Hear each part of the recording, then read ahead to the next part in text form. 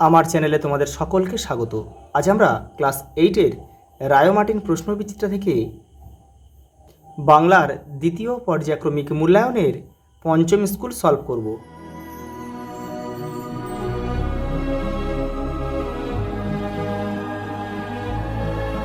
দেখো প্রথম প্রশ্ন, ছন্ন ছাড়া কবিতায় কবি প্রথমে গাছটিকে দেখেছিলেন। অপশন হবে খ, গাছের প্রেতের ছায়া হিসেবে। পরেরটা দেখো, কবি শক্তি চট্টোপাধ্যায় মানুষ হয়ে মৌমাছির মতো, পাখির মতো, প্রজাপতির মতো, হাতির মতো। অপশান খ আমাদের সঠিক উত্তর, পাখির মতো পাশে দাঁড়াতে বলেছেন। তুমি অত্যন্ত হীন এবং নীচ, একথা রমেশ বলেছিল কাকে? রমাকে। পল্লী সমাজ থেকে নেওয়া হয়েছে। ধান, যব ইত্যাদির বীজ পাকে কোন সময়? আশ্বিন কার্তিকে। পরেরটা দেখো, বৃথা সময় নষ্ট করো না, এটি কী ধরনের বাক্য? এটা অনুজ্ঞাবাচক।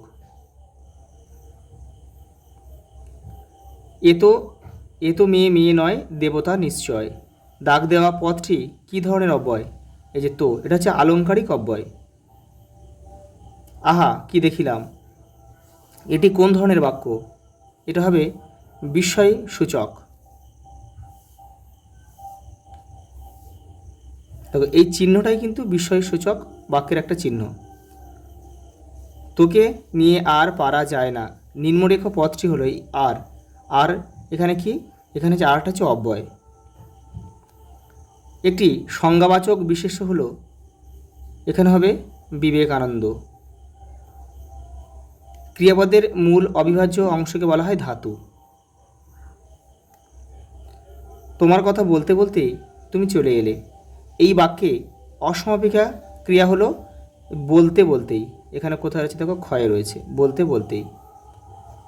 আমি এবং সুভাষ কলকাতায় যাব, কিন্তু তুমি যে যাবে সেটাও আমার জানা। এই অংশে অব্যয়ের সংখ্যা কতগুলি রয়েছে দেখো, এখানে দেখো, এখানে হবে দেখো এবং কিন্তু। তাহলে হলো কটা? দুটি। দেখে নাও পরেরটা দেখো, বৃক্ষ শিশু নিরাপদে নিদ্রা যায়। বৃক্ষ শিশু কোথায় নিরাপদে নিদ্রা যায়? কঠিন ঢাকনাযুক্ত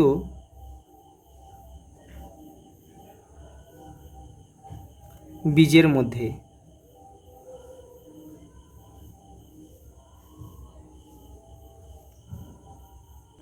পরের প্রশ্ন দেখো, সারাঘাট থেকে লেখক এবং তার সঙ্গীরা কোন নদীতে স্টিমার চড়েছিলেন? পদ্মা। রমা আকবরকে কি পাহারা দেওয়ার জন্য পাঠিয়েছিল? বাঁধ। পরেরটা দেখো, বুকুর মায়ের নাম কি? নির্মলা। হাওয়ার গান কবিতায় হাওয়াদের কি না থাকার কথা বলা হয়েছে? বাড়ি। পরেরটা দেখো,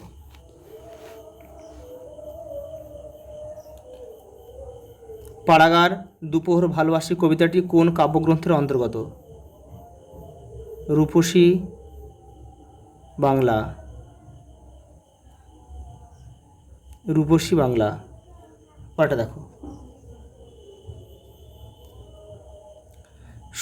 শুকায় আছে উঠানেতে সযতনে, উঠানে কি কি শুকাচ্ছে?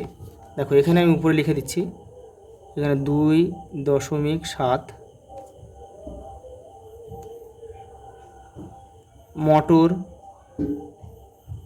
মটর ডাল, মুসুর, কালো জিরা,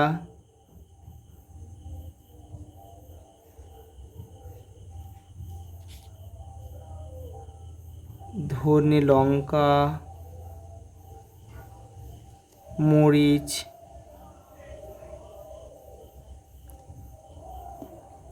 পরেরটা দেখো, দাঁড়াও কবিতাটিতে মানুষ শব্দটি কতবার আছে? 8 বার। হরিহর কোন শিষ্যের বাড়ি গিয়েছিল? লক্ষণ মহাজন। সতু অপু দুর্গার দোকানঘর থেকে কি তুলে নিয়ে পালিয়েছিল? 3টি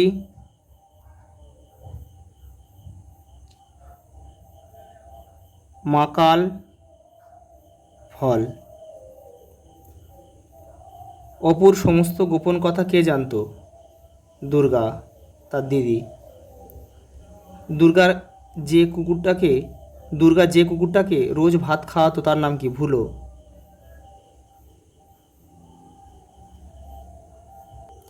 পরের প্রশ্ন দেখো, নানা উপায়ে গাছের বীজ ছড়াইয়া যায়।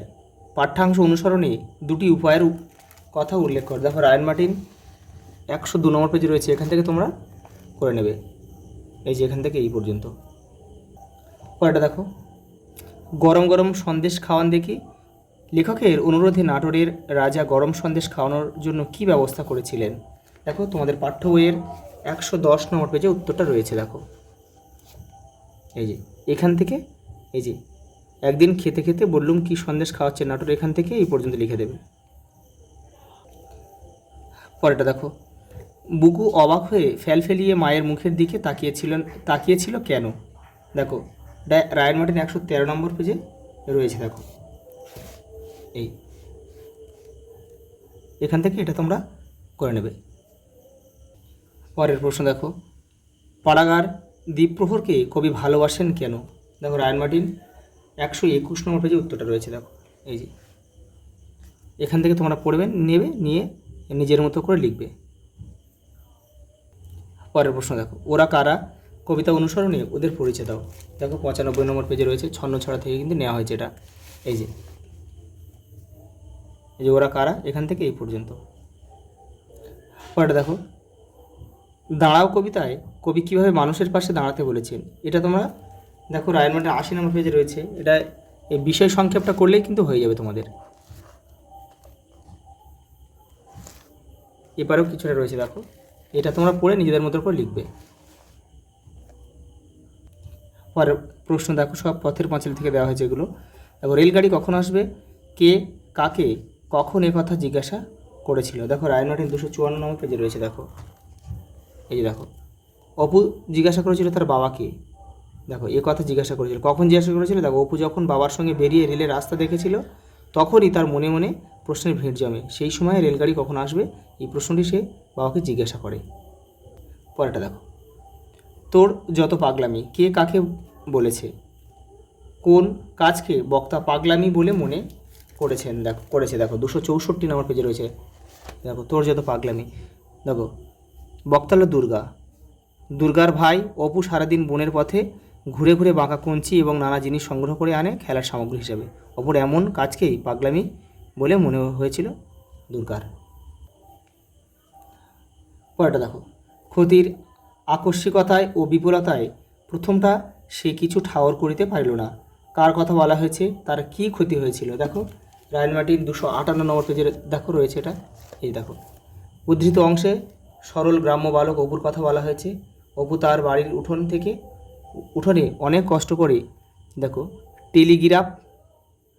টেলিগ্রাফের তার টাঙিয়েছিল। এটা কিন্তু টেলিগ্রাফ হবে, এটা আঞ্চলিক ভাষা উচ্চারণের। তার স্বাদ ছিল সেই তার টাঙিয়ে রেল খেলা হবে, কিন্তু তার মা অন্যমনস্কভাবে বাড়িতে ঢুকতে গিয়ে সেই তার ছিঁড়ে ফেলে। এই ঘটনা অপুর কাছে বিপুল ক্ষতির শামিল হয়ে ওঠে। পরেরটা দেখো, মাথা শব্দটিকে পৃথক পৃথক অর্থে প্রয়োগ করে 3টি বাক্য রচনা করো। দেখো তোমাদের ভাষাপাঠের 63 নম্বর পেজে রয়েছে। দেখো এখান থেকে তোমরা করে নেবে। লাস্ট প্রশ্ন দেখো, তোমার অঞ্চলে যত্রতত্র আবর্জনা স্তূপ সংশ্লিষ্ট কর্তৃপক্ষের দৃষ্টি আকর্ষণ করে একটি বহুল প্রচারিত সংবাদপত্রে সম্পাদককে চিঠি পাঠাও। 338 নম্বর পেজে রয়েছে। দেখো এই দেখো এখান থেকে লিখবে, এই পর্যন্ত লিখবে এপারে, আর এই যে নমস্কার আনতে তোমার নাম দেবে আর এখানে তোমাদের ঠিকানাটা বসিয়ে দেবে। আজ এই পর্যন্ত, দেখা হবে পরের ভিডিওতে।